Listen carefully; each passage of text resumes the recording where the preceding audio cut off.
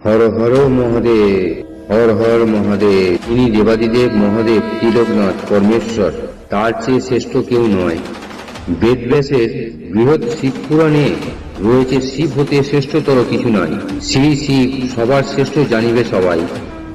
এই শিবই বিশ্বপতি, তিনি ঈশ্বরিত পেট গোপদাড়িময় ভোলানাথ। কিন্তু সে প্রসঙ্গ পরে। সভ্যতার উন্মেষ থেকেই তিনি আরাধ্য, কিন্তু পুরাণ মতে তার আবির্ভাব কবে? বিশ্বপতি তিনি, সমগ্র বিশ্বের অধিপতি জন্ম হয়েছিল কিভাবে? বৃহৎ শিব পুরাণ অনুযায়ী কল্পে কল্পে ব্রহ্মা বিষ্ণু লোভেন জনম, কল্পে কল্পে হয় সর্ববিশ্বের সৃজন। এই রূপে সবার সৃষ্টি করি মহেশ্বর, সংহার করেন পূর্ণ দেবাদিদেব হর হর, অর্থাৎ ত্রিদেবের ব্রহ্মা বিষ্ণু মহেশ্বর মধ্য প্রাচীনতম শিবই, তিনিই বাকিদের সৃষ্টি করেছেন। শিবপুরাণ তেমনই বলছে। তাই আসলে স্বয়ম্ভু, তাকে কেউ সৃষ্টি করেননি, তিনি নিজে নিজেই উদ্ভূত হয়েছিলেন। যখন কিছু ছিল না তিনি ছিলেন, আবার যখন সব ধ্বংস হয়ে যাবে তখনও তিনি থেকে যাবেন। তবে আরও একটি কাহিনীতে রয়েছে, ব্রহ্মা ও বিষ্ণুর কলহের ফলে নাকি আবির্ভূত হয়েছিলেন। কি সেই কাহিনী? একবার ব্রহ্মা ও বিষ্ণুর মধ্যে তর্ক বাঁধল তাদের মধ্যে কে শ্রেষ্ঠ তা নিয়ে। বিতর্ক যখন তুঙ্গে, তখন আচমকাই সেখানে আবির্ভূত হলো এক প্রকাণ্ড জ্বলন্ত স্তম্ভ। সেই স্তম্ভের শুরু কোথায়, কোথায় বা শেষ, তার যেন তল পাওয়া যায় না। এরপরই শোনা গেল দৈববাণী। কোনো এক সুদূর থেকে ভেসে আসা সেই স্বর দুই দেবতাকে জানিয়ে দিল, ওই স্তম্ভের আদি ও অন্ত যিনি খুঁজে বের করতে পারবেন তিনিই শ্রেষ্ঠ।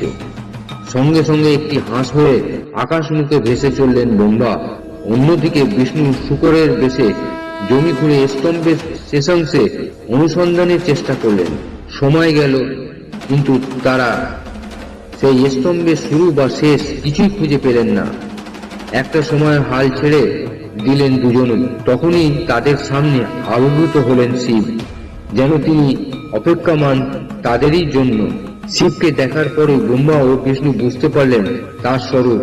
শিবের চিরন্তন তথা আদি অন্তহীন রূপকে প্রত্যক্ষ করে তারা বুঝতে পারলেন শিবের আসল পরিচয়। শিব কথাটির প্রকৃত ব্যঞ্জনা কি? এ প্রসঙ্গে উচ্চারণ করতে হয় সত্যম শিবম সুন্দরম। সত্য ও সুন্দরের সেতু তিনি, একমে বাদিত্যম পরম ব্রহ্ম। সভ্যতায় শিব চেতনা কবে থেকে শুরু, সে প্রসঙ্গে যাওয়ার আগে একবার ব্রহ্মা ও বিষ্ণুর সঙ্গে শিবের সংযোগের প্রসঙ্গটি আলোচনা করা দরকার। সৃষ্টি, স্থিতি, লয়, এই তিনের প্রতিভূ তিনজন, ব্রহ্মা সৃষ্টি, বিষ্ণু স্থিতি ও শিব প্রলয়। শিব চেতনার কবে শুরু তার কোনো হদিস মেলে না। তবে নানা রূপান্তরের মধ্য দিয়েই আজকে শিবরূপ পরিগ্রহ করছে সভ্যতা। মনে করা হয় শিব কল্পনা বৈদিক যুগের বহু আগের। সিন্ধু সভ্যতার মূলত মাতৃপূজার প্রচলন থাকলেও পুরুষ দেবতাও ছিলেন। তাদের অন্যতম তিন মুখ বিশিষ্ট এক দেবতা একটি শিলে এই রূপটি দেখা যায়। তার হাতে বাজুবন্ধ, মাথায় সিং, আসনের নিচে ছিল একটি হরিণ, চারপাশে বাঘ, হাতি, গন্ডার, মহিষ। ত্রিমুখা যোগেশ্বর, পশুপতি, মহাযোগী নানা নামে পরিচিত তিনি। তাকেই শিবের আদিরূপ বলে মনে করা হয়। বৈদিক যুগে প্রকৃতির শান্ত স্বরূপ থেকে কল্যাণময় যে চিন্তার জন্ম, সেই চিন্তা থেকেই মঙ্গলময় চেতনার প্রতীক শিবের জন্ম। সংহারের দেবতা রুদ্র ও মঙ্গলময় শিব মিলেমিশে রয়েছেন। মানুষের ধর্মবিশ্বাসের একীভূত হয়ে পৌরাণিক আমল থেকে শিবের মূর্তির পাশাপাশি তার প্রতীক লিঙ্গের উপাসনাও শুরু হয়। অনেকেই শিবলিঙ্গকে অনার্যদের ভাবনার মূর্ত স্বরূপ বলেও মনে করেন। এই শিবই বঙ্গজীবনের অঙ্গ হয়ে মিশে গিয়েছিলেন। এখানে দেবতারে প্রিয় করি, প্রিয়রে দেবতা। তাই তিনি পেশিবহুল, জ্যোতির্ময়, মাথায় পিছনে জ্যোতির্বলয় এমন দেবতা নন।